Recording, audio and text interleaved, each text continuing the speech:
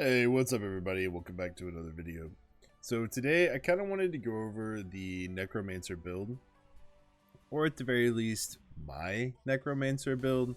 It does vary slightly from a lot of the other builds that you see out there, with the key for me being the main hand offhand instead of running the two-hand weapon.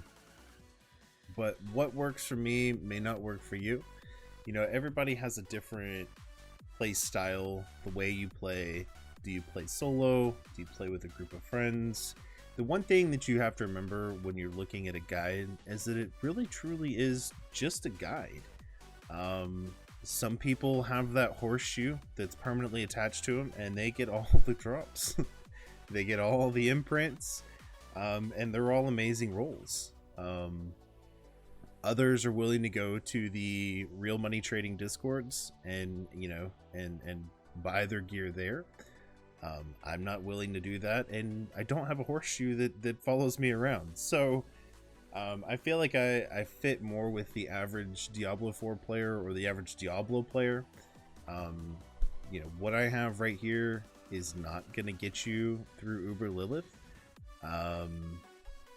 You're not gonna clear tier 100 dungeons, but you're gonna have a ton of fun playing, and you're never really gonna run out of essence unless you're trying to push higher tier content, because you have to play that differently than you would lower. So what I would say that the setup I have tends to fall more under the grinding with friends, grinding solo, the tier 40, tier 50 dungeons, right? If you're farming for gear, there's absolutely no sense in running anything higher than a T50. There's just not. It's the same gear that drops in a T90 that drops in a T50. The only reason to go any higher than that is just for personal record. Hey, I managed to complete a T70 today, or I don't know. So I'm going to kind of give a quick breakdown of the gear that I have. Let's see, and then we'll go over some stats. I did make a build on d4builds.gg. I will put that in the link below this video. You can follow along, you can turn the video off, you can go jump on the build guide and look at it. I will kind of give you a short, brief explanation as to why I take the points that I do and why I have pretty much settled on the build that I have. I change this up all the time, looking for an extra point here, an extra point there, trying to get more damage. But I think for me at least, what I'm missing are better rolls and the correct stats that I just can't seem to get. So for the skill tree, bone splinters, we're gonna put just 1 point in there. Then we're gonna put another point in the enhanced bone splinters. The reason I put 1 here instead of 2 here is that if I'm running low in essence for some reason, I want to have the chance of the extra 2 splinters to give me more essence back faster. That's really the only reason that I put that one there. Obviously, the key point of the build, Bone Spear. You want to put as many points in a Bone Spear as you can. You want to roll Bone Spear into some of your gear. I've currently got 8 out of 5. But when we're taking the gear out of the equation here, 5 out of 5. Enhanced Bone Spear and then Paranormal Bone Spear. The reason we're taking the Paranormal Bone Spear is because it gives you the additional crit strike chance and the extra bone shards when it returns. 3 points into Unliving Energy and Imperfectly Balanced. You're also going to put points into Hewed Flesh. Now this can come and go depending on what you're doing. If you're just burning through low tier content where you don't need the extra corpses on the ground, take the points out and put them wherever you want it. If you're pushing, or you feel that, hey, you want to spam more corpse explosions because you're trying to work on keeping that additional damage up, leave them in. I don't know, it doesn't really matter.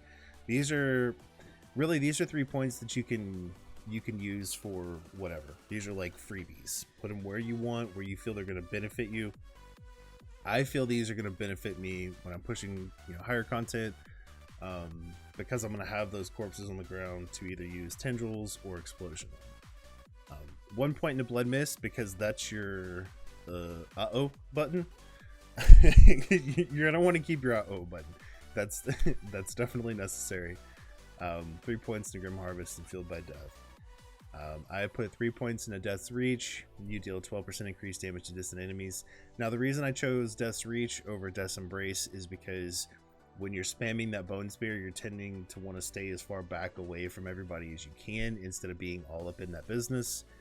You can change it to Death's Embrace, or if you choose to run a Curse, you can drop those points into Amplified Damage.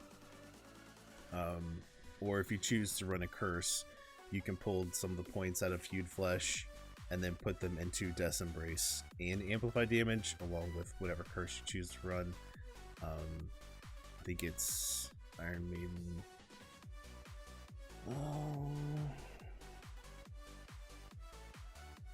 Yeah, it is Iron Maiden. So if you go with the Enhanced Iron Maiden, you get 5 essence back for each enemy that dies. Now, move forward. We're gonna put as many points into Corpse Tendrils as we can as well. This is just for the sheer cooldown reduction. As you can see, I have a cooldown of 6.23 seconds. Corpse Tendrils is something that you're constantly spamming. Even if you're not hitting mobs with the Corpse Tendrils, you still want to keep that up for the additional crit. Enhanced Corpse Tendrils and Blighted Corpse Tendrils. I go with the Blighted because I want those blood orbs to drop on the ground for the additional healing. As we all know, Necromancers struggle with damage reduction and healing. That's their downside, I guess. 3 points in Evisceration, Compound, and Avulsion. Avulsion is one of those that you're going to try to run on your amulet. You really want to try to get those extra three rolls in there. As you can see, my bone skill is still 36x increased damage to vulnerable targets. As we come down here to Standalone and Memento Mori, we definitely want 3 points in each of those. And then we're going to do the Bone Storm because that's not quite your oops button, but it's definitely one to have, because you're getting your crit strike chance increased and just straight up, damage reduction along the way from there. And then the Ossified Essence, which you cannot go without. So the way I run this makes sense for me. It's totally up to you how you organize this. Just Corpse Explosion, Corpse Tendrils, Bone Storm, and Blood Mist. And then Bone Spinners and Bone Spear on the mouse. For Paragon points, I'm not going to go overly in depth with the Paragon points. They will be on the guide that I've put out, or I'll be putting out in the link. Now, I did go through this morning before making this video to make sure that all of my Paragon points have matched. I move them around a lot. I don't mean like I redo the whole thing. Sometimes I will, put points in, take points out because I'm looking for extra armor, right? Or trying to make the build flow better, a little bit more survivability, for a little bit less damage. There's trade-offs everywhere. When you start pushing that higher content, you'll see very quickly that you need more survivability. It is the bane of the Necromancer. We hit hard with that Bone Spear, but your survivability is pretty much non-existent. You will get one shot by all the things pretty easily. Here I have Blood Drinker for the fortification. You can instead use Sacrificial. It goes both ways. It doesn't matter which one you choose to use. It's all about what you're wanting to do. Do you want to try to play around with fortification, or do you not? I mean, either one, it doesn't really matter. Now, I did put Exploit here. I've seen a lot of other guides running Exploit elsewhere, I think. But I put Exploit here because I feel you're going to get the most out of it when it comes to the dexterity.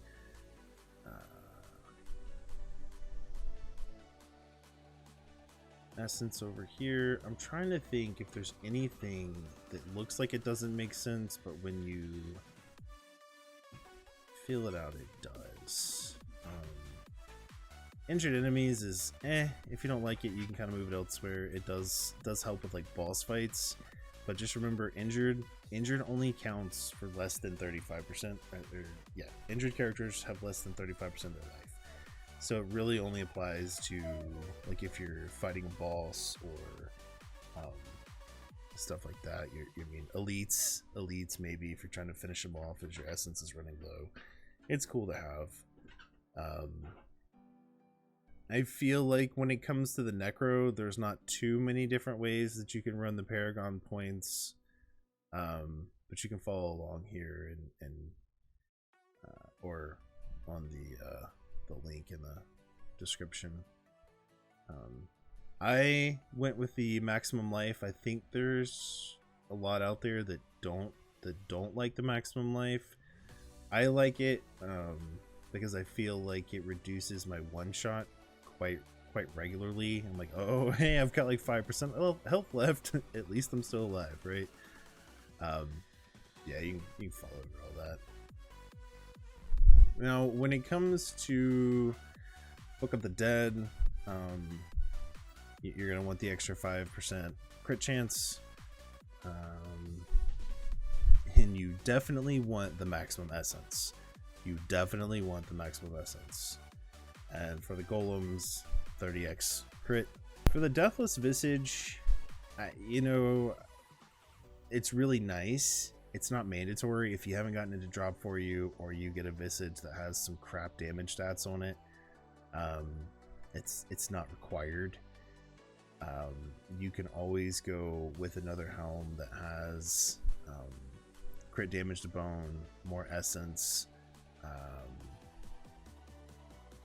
I think it's just straight up crit strike damage. It's nice to have because it gives you the extra damage. It's not required though. The chest piece, for the chest and the legs, you want as much absolute damage reduction as you can possibly get on these bad boys. My chest and legs are really not that great. As you can see, I have a stat on here, 16% damage reduction by enemies that are affected by shadow over time damage. Absolutely useless. Absolutely useless. But I can't get anything better to drop for me. I don't have a horseshoe. Maybe I should go buy one. But you know, it is what it is. I feel like 3 stats out of 4 here are pretty good. For the pants, I have some pretty good damage reduction here. Again, only 3 of these stats are really good. The dodge chance is kind of, I don't know. I don't really think dodge is. Here's why. So if we go to dodge chance, right? Like we don't really dodge, and I don't know what the ceiling is on dodge, like the cap. I just don't think dodge is good on the Necro. Maybe it's good on like more melee classes, but personally I don't think it's good on Necro. It's there only because I haven't gotten anything better to roll for me. The damage reduction from distant, the damage reduction from close enemies. The only thing I think would make these pants better is having the max life or intellect instead of the dodge. You know, if you're looking at the guide I posted, I think I don't remember what I have on there at the moment, but you know, like I said, you don't have to follow these guides step by step, right? There are too many variables in Diablo 4. My puppy sees a squirrel out the window. There are too many variables in Diablo 4. Don't try to follow these guides, like, you know, to the T. If you get that lucky and you get those drops, then heck yeah. But, you know, don't feel bad if you don't have those or whatever. As far as the boots, my boots are really bad. Again, this is one of those things that I struggle to get a decent drop rate on. Actually, I mean, they're not terrible. I would really like to replace the all stats with essence cost reduction, and maybe you know, having the 2 chances to evade instead of just the attacks reduced by 1.2. I don't know. That's kind of here or there. They're not terrible, but you know, you definitely want your movement speed. You want your intellect. You absolutely want corpse tendrils. Like, that's a must. You've got to have those corpse tendrils on those boots. I'm gonna skip the weapon for now. As far as the amulet, this one's pretty good. I think, you know, you've got your Avulsion passive, which is an absolute must, because that's what right here again. Let's read it verbatim. So Avulsion, your bone skills deal 36x increased damage. If we're only at the 3, we're dealing 18x, right? So having that amulet doubles my crit strike damage to vulnerable enemies. And remember, since everything the Bone Spear hits makes it vulnerable or becomes vulnerable, you're just, it's just a sheer massive damage gain there.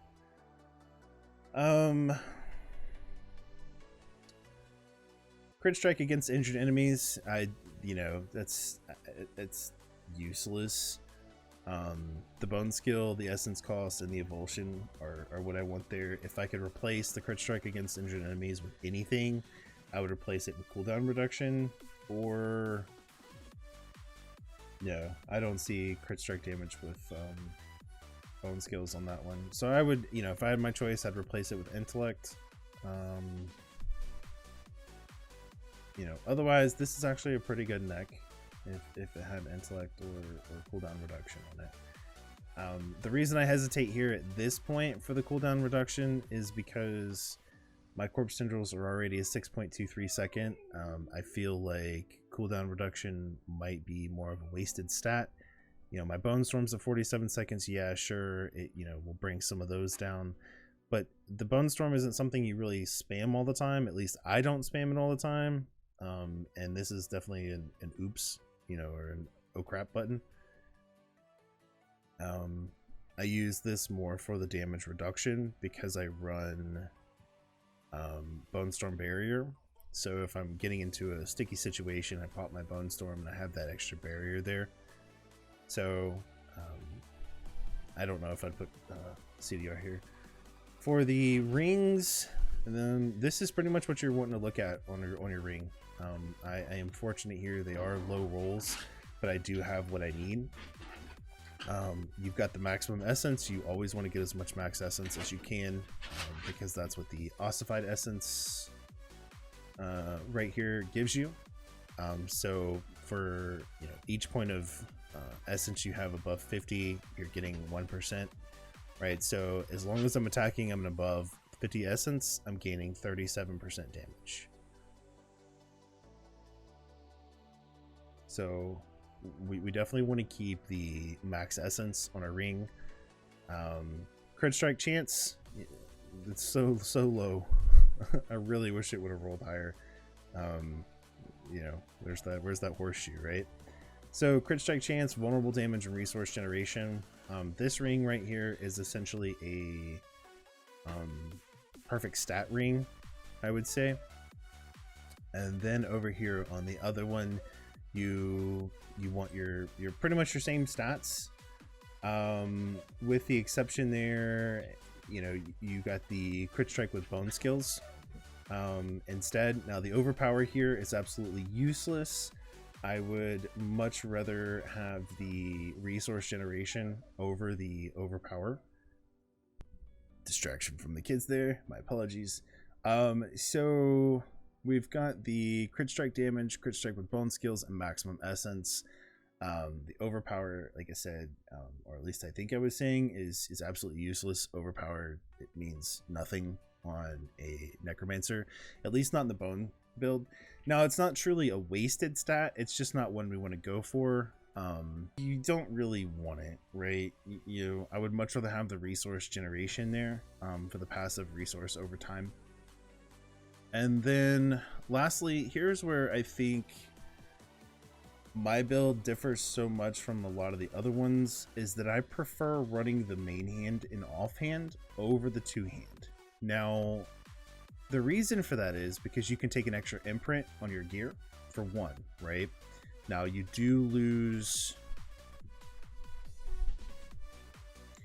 All right, so on my two hand here, right now I've got two good ones. Well, they're pretty good. You know, you can get the, so right here you get the 225% bone shard damage, right? So you have the option when running the two hand to get much higher stats for the imprint for the vulnerable. This is actually the better of the two because this one has 46.5% core skill damage. Now that's a additive before the multiplicative numbers come into play, so you're boosting that base to give you a higher multiplier. This one does not. This one, you know, they're both good. This one has the higher bone spear roll. I don't, you know, I got this one before I got this one. I was like, yes, you know, I put it on there, and then I think it was like the next day this one dropped, and I was like, well, you know, whatever. But I constantly find myself going back to the main hand, offhand.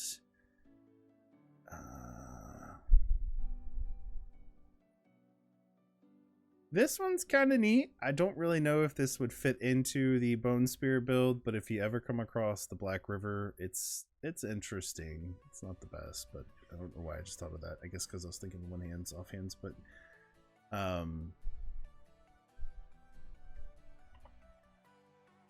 so for your main hand weapon, this is essentially a perfect roll, in my opinion. You've got the intellect, you have the crit strike damage with bone skills, you have the vulnerable damage, and you have the crit strike damage. That is pretty much a requirement to run the main hand offhand. And then for the offhand, you have the cooldown reduction. That's where the majority of my cooldown comes from, my CDR comes from. You have the resource generation on there, which, if you can get it on both your rings, you probably don't need it on the offhand. But you've got your crit strike chance, your resource generation, your cooldown reduction, and your essence cost reduction. And by keeping those stats, that's where a lot of, like, the essence cost reduction is huge. You know what I mean? Like, I would have been so happy to have that 10.3, right? That the extra 4%. By itself, does it make the biggest difference in the world? No, but it all adds up together. And this is part of the reason why I struggle with higher dungeons, because my game constantly kicks me off because my internet is crap. Anyway, now that we're back, that pretty much sums it all up. The other thing I would suggest is that as most people, I don't know if they do or not, I do, but as you're replacing this gear, when you're making these changes, as you start getting more of what you want, or even just vastly different gear, hang on to your older gear in case you find, like, wow, my damage went way down. Maybe I changed something that, you know, I shouldn't have changed, or just hang on to some of the older stuff. I hang on to a lot of stuff, especially like the uniques. I have multiples of them. I really need to go through and clean a lot of this out. But all of my imprints and stuff, we really need just like an aspect tab where all the aspects are just like take up a half slot. You can just put them all in there. I know I can pull them off and store them. Yes, I'm aware of that. But they cost a lot of gold, and I have been burning through gold as quickly as I've been getting it, re-rolling some of these items. In fact, I'm pretty sure I've spent over 150 million gold rolling this one to finally get a mid-tier vulnerable damage roll. You know, it is what it is. But like I said, the link is down below. If there's any specific questions, let me know, and I will respond to the comments as to why I'm taking the things I am. Again, TLDR, stats are down at the bottom. I want more armor and life to push a little bit higher content. I choose the main hand offhand over the two hand for playstyle reasons. Yeah, I can hit a little bit harder, but as I'm running through T60, the two-hand and main hand offhand do the same amount of damage, but I have more essence and essence recovery with main hand offhand. Really, I think the major difference for two-hand is going to come at like T90, T100, well, T80 through 100, and like Uber Lilith, where you getting, you know, some people are getting some ridiculous crit numbers. I don't have those stats on my gear, but anyway, y'all, yeah, so everyone have a good afternoon, take care, and I'll see you on the next video.